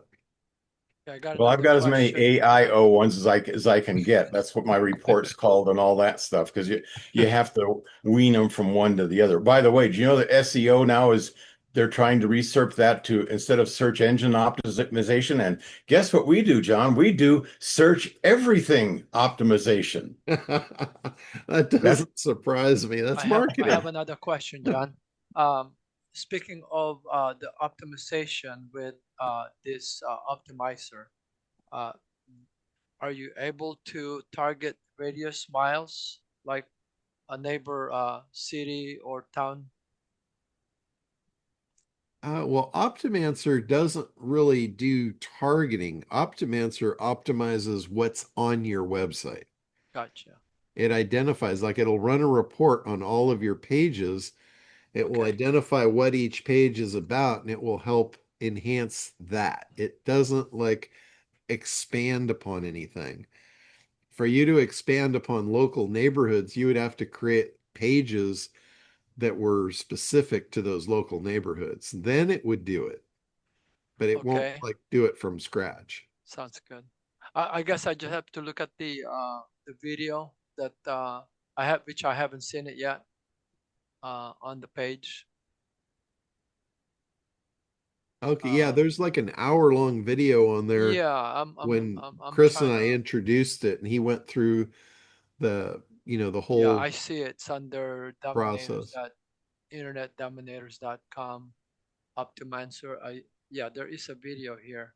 Yeah, if It's you about go also if you go into the training area, into the membership site, okay, there's another video that I did that is much shorter and it's a walkthrough of actually how to use the program. okay.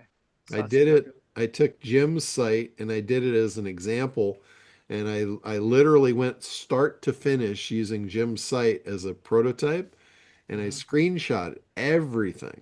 Every step I did, every click I made, everything I did to optimize his site using it and put that into a video as a training video of how to actually use the product. Thank you. Thank So you. that's in there for you. Sounds good. I'll Yeah. email you also this evening. I'll look at it. Thank you, John. All right, you got it. Yeah, It so looks like Diane has a question. okay, what Uh, is her question? She said, AIO Dominator question, did we ever align on a best usage path to use for those sheet GPTs? When it launched, I thought we chatted about feedback and how to best use what's in there and in what order. Unfortunately, that never happened. Everything has been moving so fast. The AIO Dominator, like I said, it's a suite of tools, and it's kind of like the Quantum suite, yet for optimization. And there really isn't like a set path. It's like the tools are all there for whatever you need at any given time. It wasn't really meant to be like a do an ABC optimization. So you could literally use the tools in any order that you want. And there's a lot of crossover. If you run like one tool, it's going to give you steps to take. And then you might run another tool and it might give you new steps, but it might also cross over and give you the same steps that you've already done. So it's not like you have to use every tool. I would just go in there and just start using them and get up to speed on what each one does. You might find that you only want to do certain things in your business, so you may only need certain tools. But I can do like I've been really lagging behind on doing the training videos and stuff. I want to do another training for overall optimization that kind of covers all of our stuff. It'll cover the AIO Dominator platform, the Optimancer, and also SitePop. So I can maybe kind of tie together for some of you guys that are running agencies and you want to operate at a high level. If you want Okay, John, when? I was looking at my calendar over the last couple of days, and it looks to me like starting in the second week of March on, I've got a pretty open schedule. It's been January has just been plugged, and February's not much better. I've just had a lot of stuff going on, and so March I think is our month. And one of the things that I really want to do as well is on possibly Fridays, not every Friday, but I think on Fridays, I want to do some type of a paid class on specific things and based on whatever somebody wants. Kind of like when I do the training seminars on the boat, but I'll do these and I'll make it to where anybody can come. We'll do them on Zoom. And if anybody is local, I will be on the boat on those Fridays if they want to come be in person, but I'll also broadcast it on Zoom. So, like one of the ones that has been requested the most is prompting. People they want to spend a day just on prompting. So that will be one. I'm sure one of them will be on optimization, maybe running an agency or, whatever you guys want. If there's something that you want a deep, in-depth training on, let me know and I'll start scheduling that stuff and starting in March. But there will be one, or at least one, probably more than one, just on like our tools. So that won't be paid trainings. That will be included, anybody that's running the programs, that'll be included for you guys. But there's a lot of people that just want me to go deep dives on stuff. And another one is the white label. I've got a lot of requests. A lot of people were really jealous from the people that got to go on the boat, and I actually did their white label for them over that weekend. So there's been a lot of requests of people that want to do that again. We actually did one at my house. I've already done a second one, and I know Jerry was there and Kevin was there, and we went through and set the white labels up. That's another one for anybody that has the white label. That's another type of training that I want to do, and that will be included. Anybody that's got the white label, that'll be free for all of them. And just to kind of just keep you guys moving forward. There's been a lot of stuff behind the scenes. My developers are nonstop. They're improving constantly on the back end of the white label. And for those of you that have it, if you've been using the God mode to create your apps, the God mode has gotten exponentially more powerful. It's really, really turned into an incredible thing. And that said, I want to cover one more thing that's kind of on the horizon. I know Richard's first question is going to be when. I don't have a date for you exactly on this one, but I think we're probably going to be able to start sneak peeking at it within the next couple weeks. And it's an agentic AI. It's the one I've kind of alluded to that you basically when you ask a a task of it. You ask it to do something for you. You can ask a much bigger ask of an agentic AI. Like in normal AI, you have to ask it like piece at a time, and it takes a long time to like get to where you really want to go.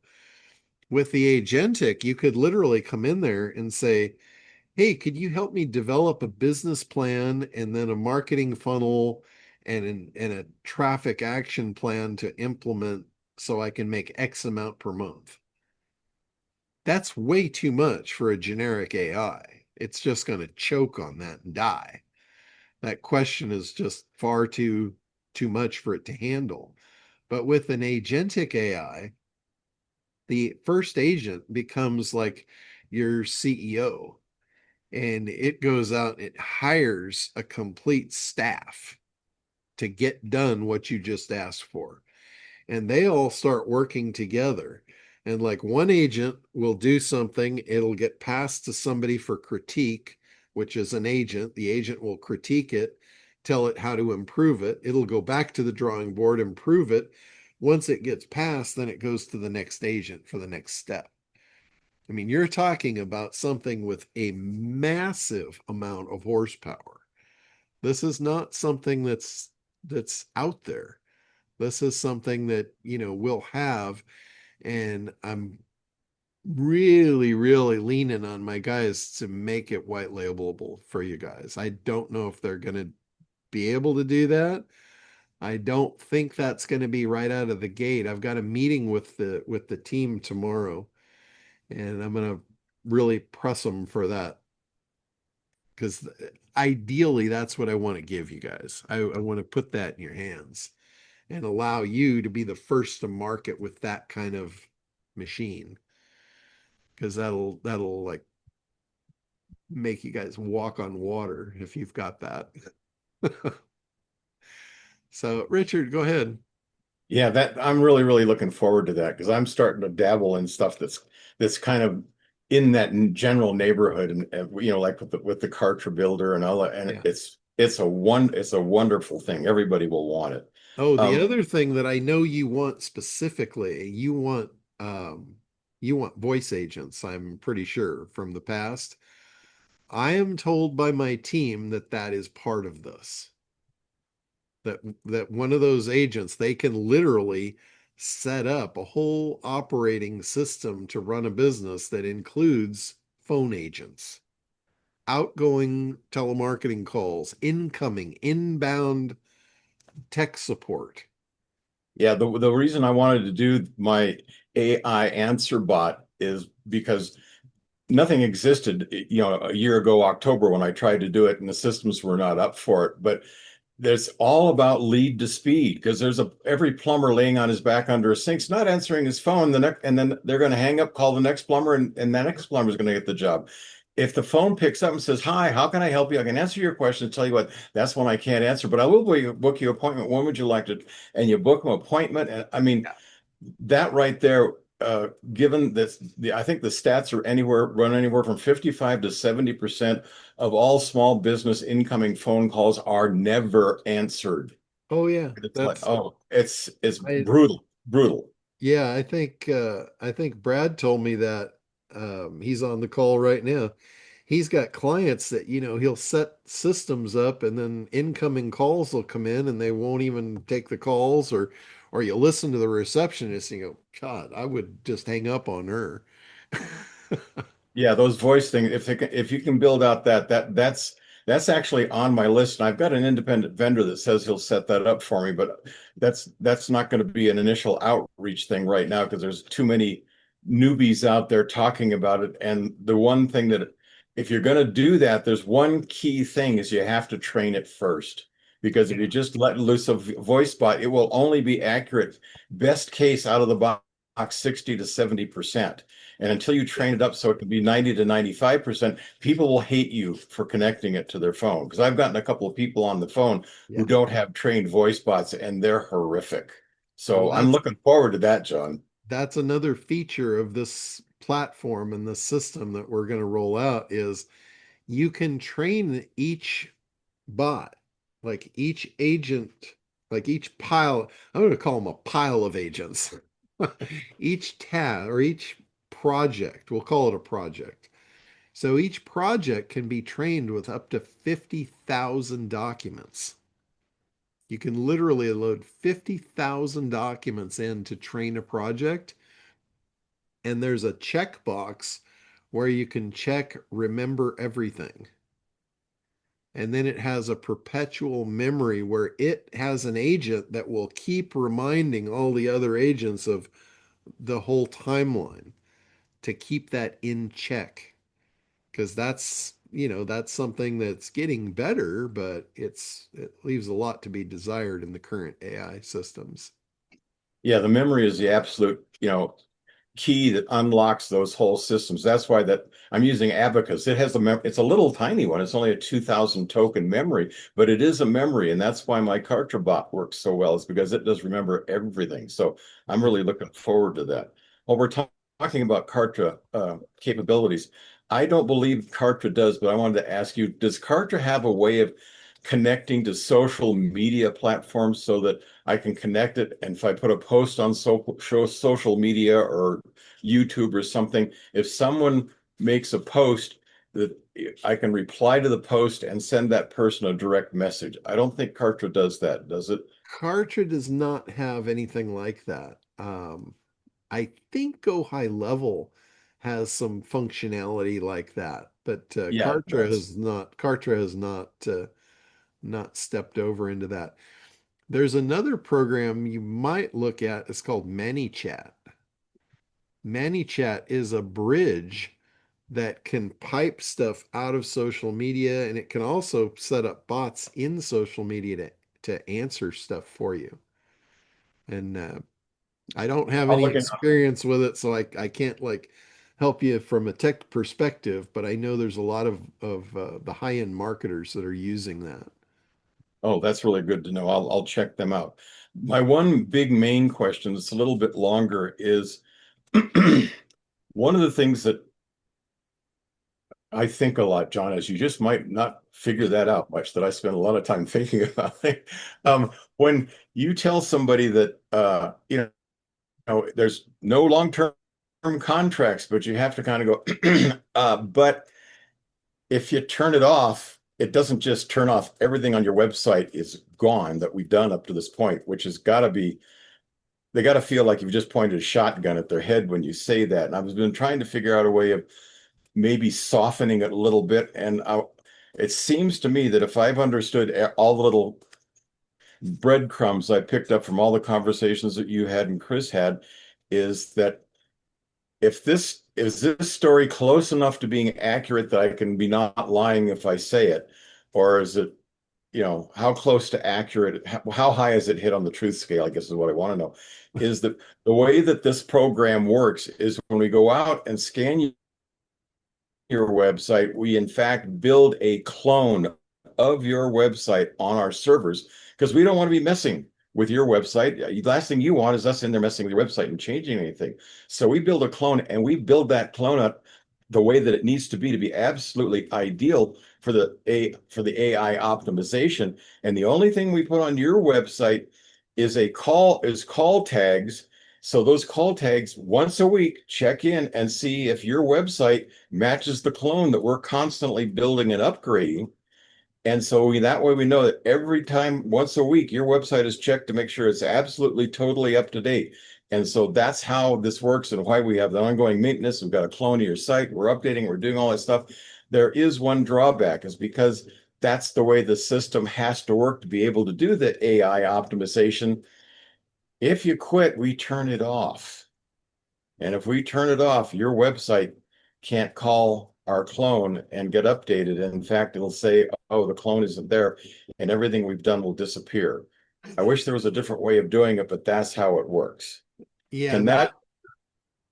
it's my understanding from what Chris has said is that is what it's doing. It's creating a clone of their site to do something. But that's really not client talk. That's way over their head. That's what I would do with them. And I've this is a lot softer, a lot easier. You just say, we're going to put our proprietary plugin into your site. That proprietary plugin interacts with our database to provide what we're providing on there, and you can keep it as long as you want. It's X amount per month. If you ever decide that what it's providing of value is not that valuable, we can remove it and take all that stuff off for you. Okay. All right. That's All all you right. have to That do. works. Yeah, that's cleaner. Yeah. That's But cleaner and yeah. it's a lot softer because you're putting it on them. If they don't see the value in it, hey, and I used to do that with all my customers. I would do these check-ins. I would do an annual check-in with all my commercial customers. And this is back when I was running their commerce in the very beginning.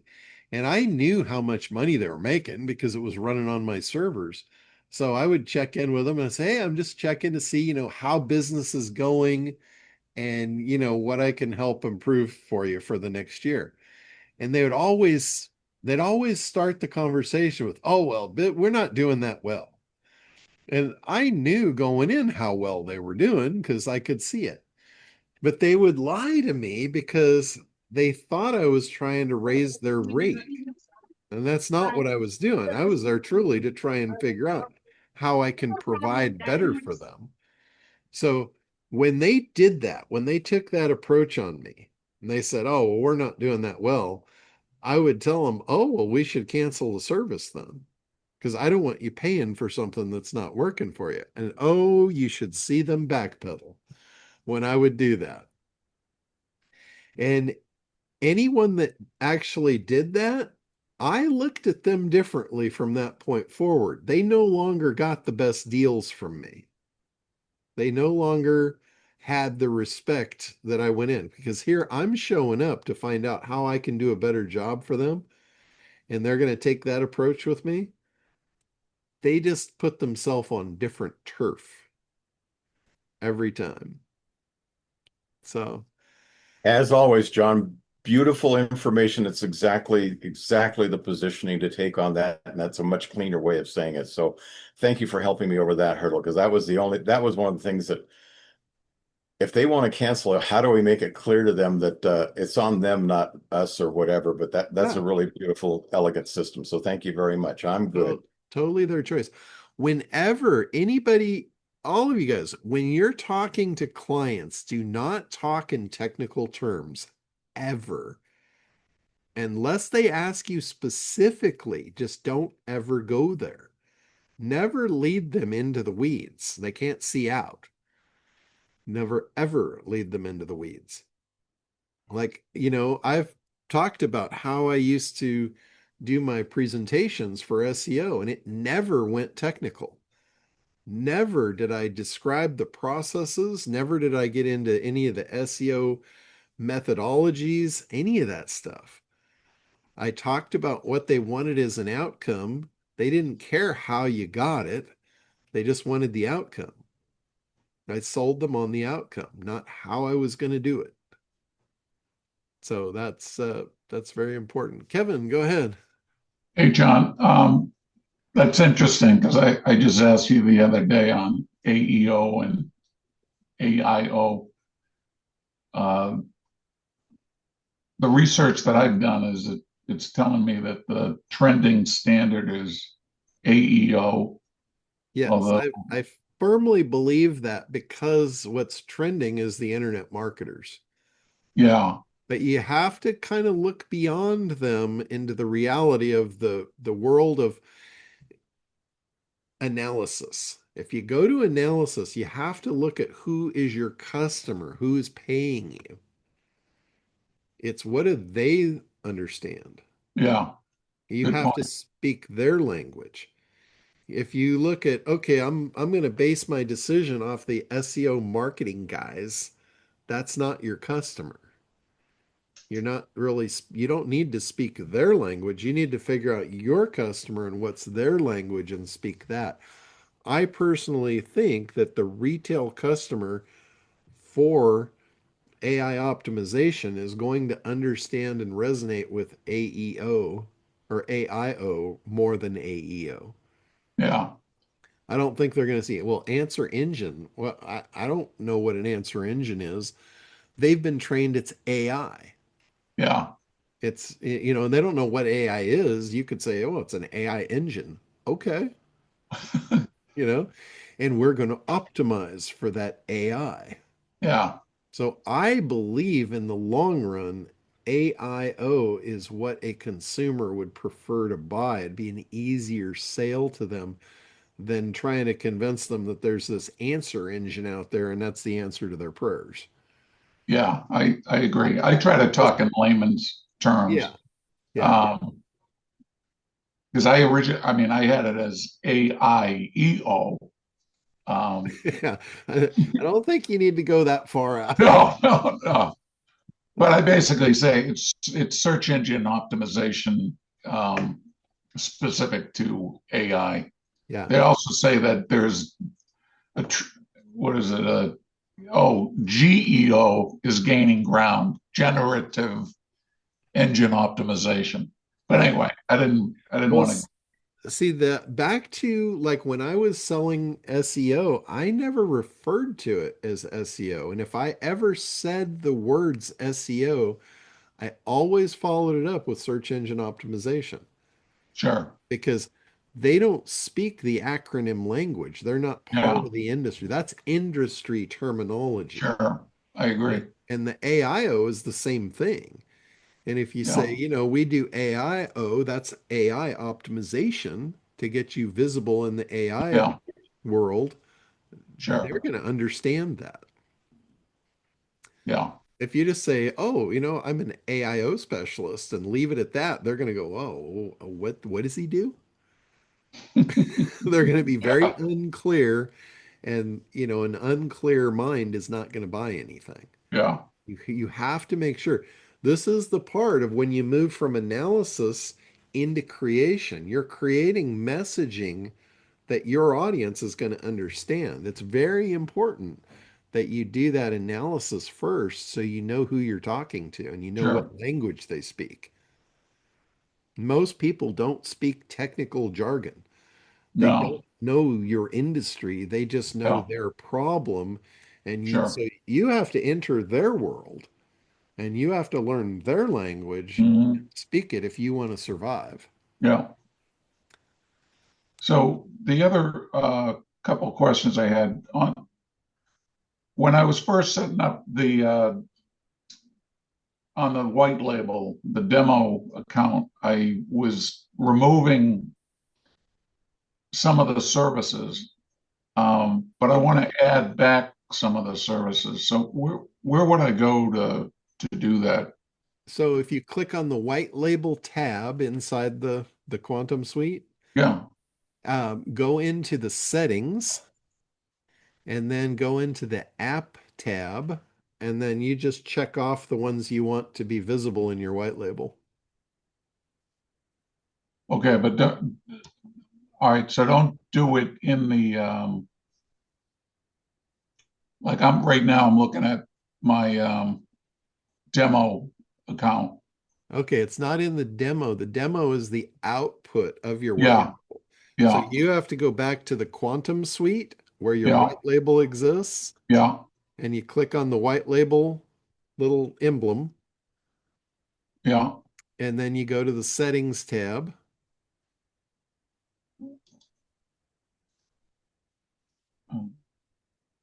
I think that's what it is. I'm going by memory on this. Let me actually pop it up, make sure I'm not Yeah. steering it in the wrong direction. Yeah. When I do that, it's taking me to my demo account. Okay, so let's see. Okay, so it's white label, and then click on the settings, the gray button, and Oh then yeah. you Yeah. should be under white label settings. The second tab is apps. Oh, okay. So click on apps, and then that's where All it right. shows all of All right. them. And Perfect. and you can literally check the ones you want to be live in your demo account. Okay. Awesome. Thank you. Yeah, Um, absolutely. and then just lastly, very excited to hear about your sneak peek coming with agentic, and also the voice agents. Yeah, they're going to be actually a part of that.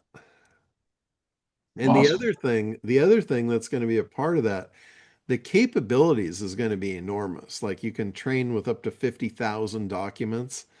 The other thing is the output. Like when you want a video, if you want like a cinematic video out of AI and you're using any of the generic tools on the market, Yeah, they're only capable of about 30 seconds of cinematic video sure. at a crack. Yeah, This one is, again, I haven't got to my hands on it to play with it yeah, yet, yeah. but they're promising me up an hour of Wow, cinematic video. wow. Like to create a script, an That's hour big. long webinar, and create cinematic video to go with Oh, that. that's huge. Yeah. Yeah, it's going to be pretty wild. I hope they're not over pumping it. I hope they're getting me what they're telling me is in the pipeline. Yeah, no, that's cool. And then the last thing, when you said Manny chat, it's Many chat. Yes. Okay. Yeah. Many chat. MANY chat. And what does that do again? It's a chat bot that will interact with social media posts.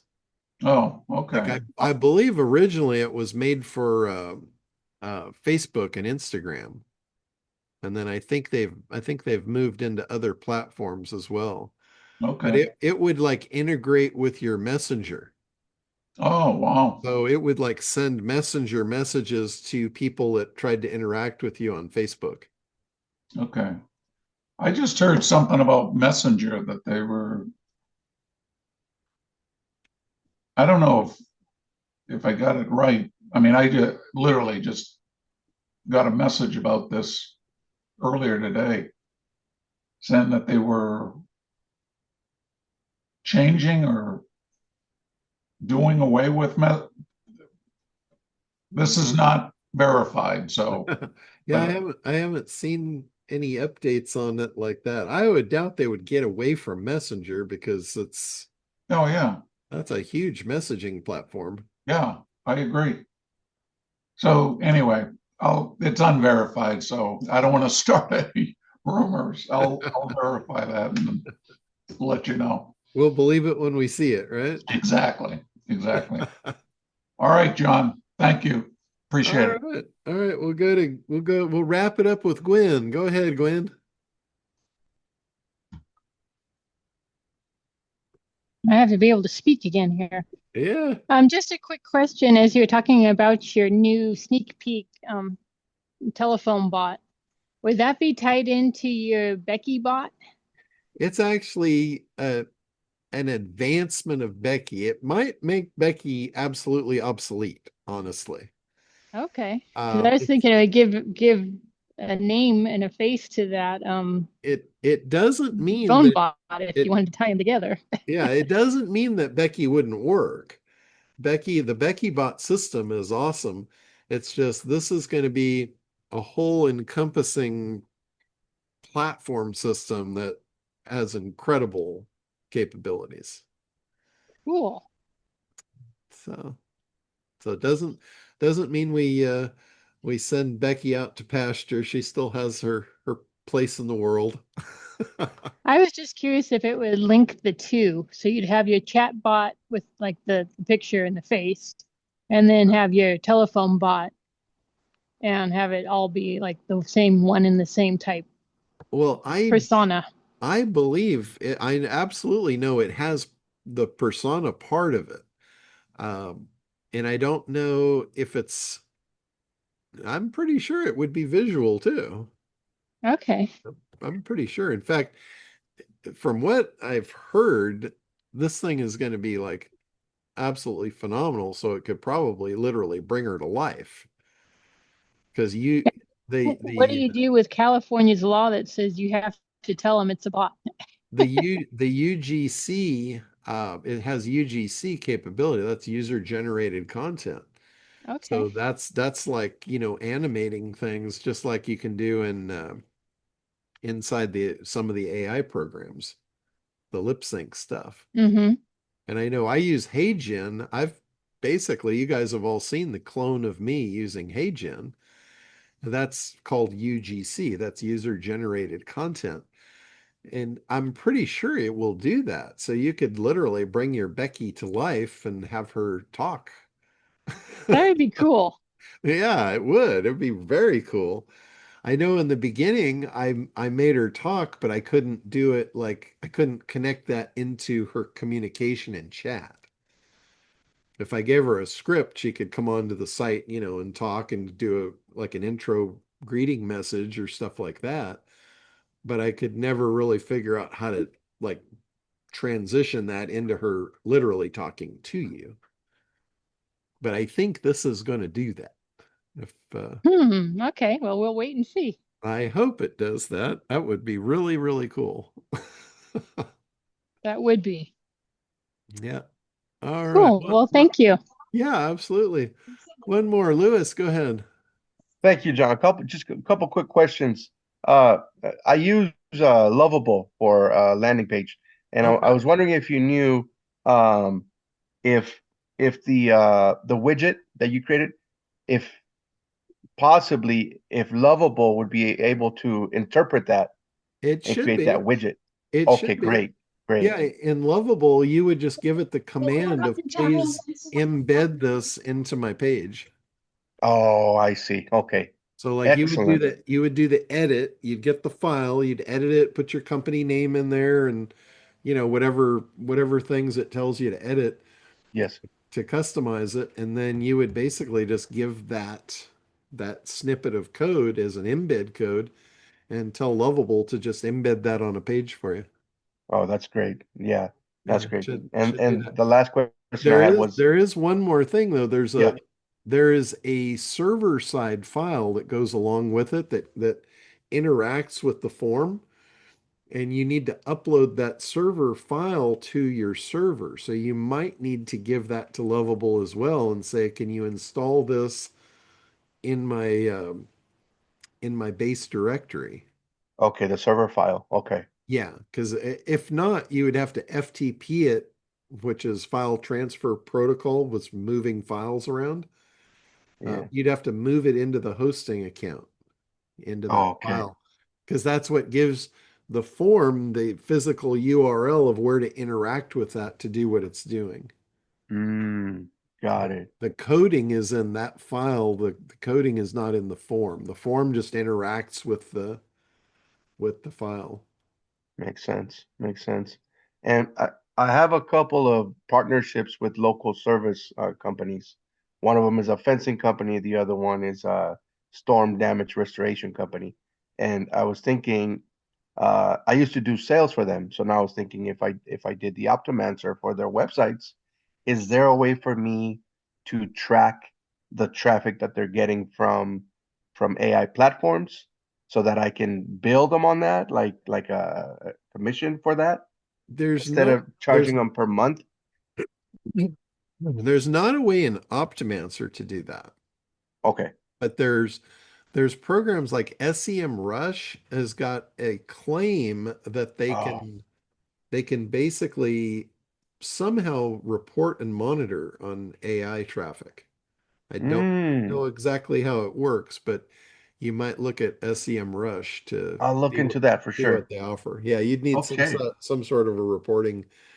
Now you could do site monitoring on pages. You might be able to pull that data off the server logs because the server logs will flag where traffic came from. So it Right. would be able to tell you if it came from an AI engine. Okay. Perfect. Great. Thank All you, John. right.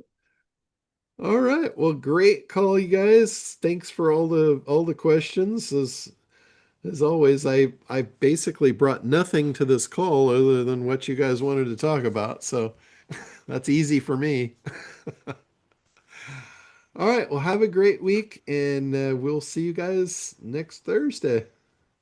All ashore that's going ashore. Thank you, John. Okay. Bye-bye. Awesome meeting. Thank you, John.